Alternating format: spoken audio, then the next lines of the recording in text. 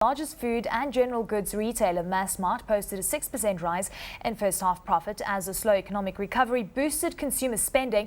On the desk with me now to discuss this further is Grant Pattison, the CEO of Massmart. Grant, great to have you in studio. Thank you so much for joining us today. Let's delve into some of these numbers. We saw the trading space increase by 5.9%. We're seeing product deflation of 2.9%, which is quite a scary scenario when it comes to the retailing environment, but it's pretty much what we saw across the board in South Africa.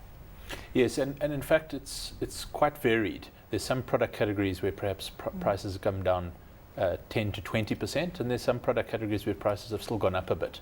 But certainly for a retailer to manage in that environment, it's very difficult. Because it peaked at around 4%, food deflation peaking at 4%, and general merchandise deflation peaking at around 10%. So these are big numbers that we need to deal with. We're looking at a rapidly changing inflationary environment on a global level. What are you pricing in the year ahead? Well, I think we've switched cycles. So I think product inflation is about as low as it's going to be, and we're going to start moving now into an inflationary environment.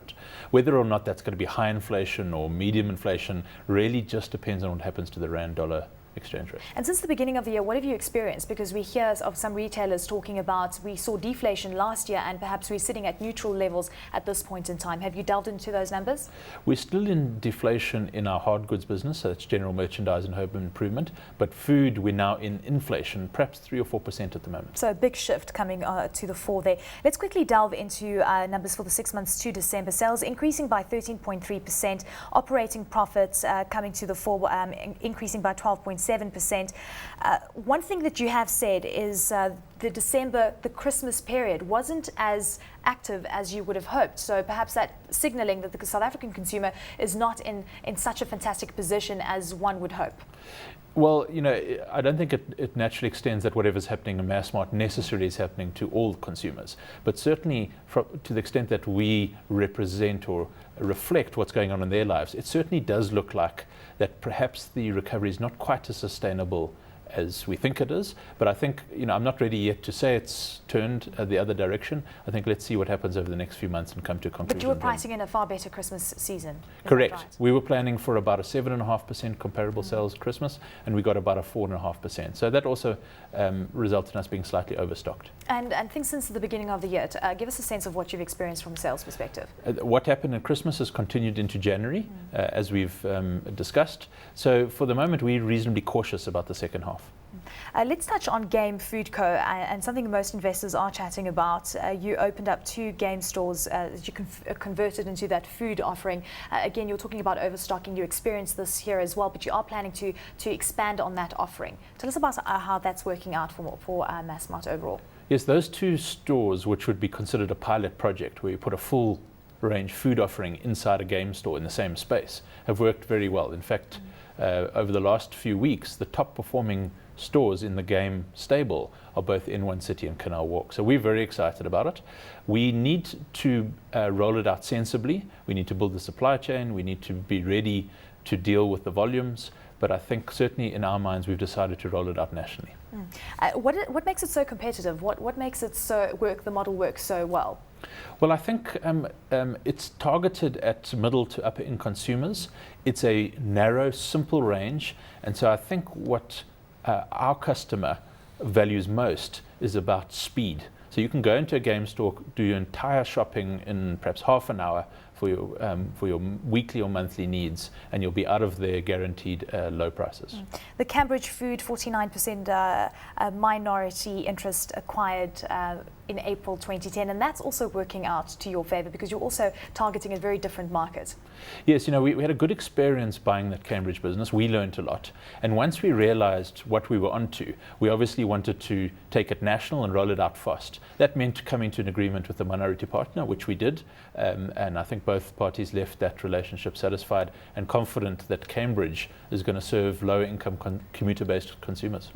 Walmart, of course, everyone is talking about this. A competition commission has said that it can go ahead. Of course, they're still going to go to the tribunal. So we're one step closer to the deal coming through. And it seems that there's a lot of talk about the impact that Walmart could have in Africa. Let's quickly start off by looking at how it's going to make you competitive, because clearly it is all about procurement and, of course, the importation of goods. Well, no, I would disagree with you. I think what Walmart is going to add to Massmart is intellectual property. how to operate, how to procure, how to run fresh DCs, how to do logistics and supply chain, how to serve customers better. I think that's the majority of the impact. You must remember that Walmart's a global company. It doesn't have any procurement ability in the African continent. And so I don't think it necessarily says that we're suddenly going to be buying product from all over the world and bringing it here. In fact, we believe that the South African supply chain is particularly competitive, particularly strong, and I'm sure we will continue to source the majority of our goods from South Africa. So tell us about your product mix when it comes to import and sourcing locally. So you're saying that it should remain stable despite a possible deal with Walmart? Yes, we only import ourselves directly about 2% of our purchases. The exact number our suppliers import on our behalf is a bit difficult to work out, so we don't have exact numbers, but perhaps it's between just over a third of products we sell are probably imported on our behalf. Now, that's a decision made by the supplier, not made by us.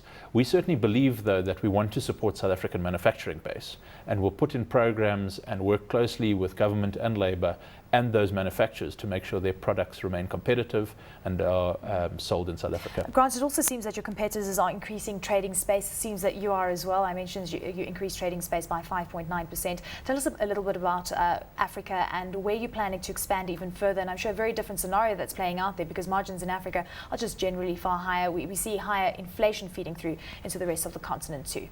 Yes, Africa, we want to open many stores. We've got about 4 or 5 new countries. We've got 10 or 15 new stores planned, but it's difficult to expand into the African continent outside of South Africa. Property is hard to secure, and managing the currencies is very tricky. And recently, over the last 12 to 18 months, those basket of currencies have weakened dramatically. So still, the majority of our space expansion is going to be in South Africa.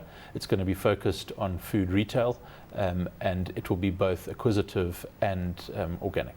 And just looking at the year ahead, a lot of challenges that the consumers in South Africa could face: higher inflation, perhaps another interest rate hike towards the end of the year, and a lot of speculation that could come to the fore. What is one of your biggest concerns when it comes to operations going forward? Are you feeling relatively confident that things could go well? You did mention that since the beginning of the year, the slight slowdown that we saw in the Christmas period fed through in the beginning of the year. Are you expecting a turnaround? So for us to be confident for the rest of the year, I'd like to see slightly higher comparable sales levels, perhaps 6, 7 or 8s instead of current 4s and 5s. So that's probably our biggest concern at the moment. I think we would prefer to see food inflation come back to average levels, maybe 5-6%, and we wouldn't like to see it go skyrocketing again, and there potentially is some risk of that. And of course we would like inflation to stabilize in the hard goods business, but again at moderate levels and not come screaming back and us go into a very high inflation environment again. And Grant, before I say goodbye, when do you think the deal could go through with Walmart? A little bit more clarity on that. Could you tell us a little bit about the ongoing negotiations, discussions? From what I know today, we'll know one way or another by the middle of April.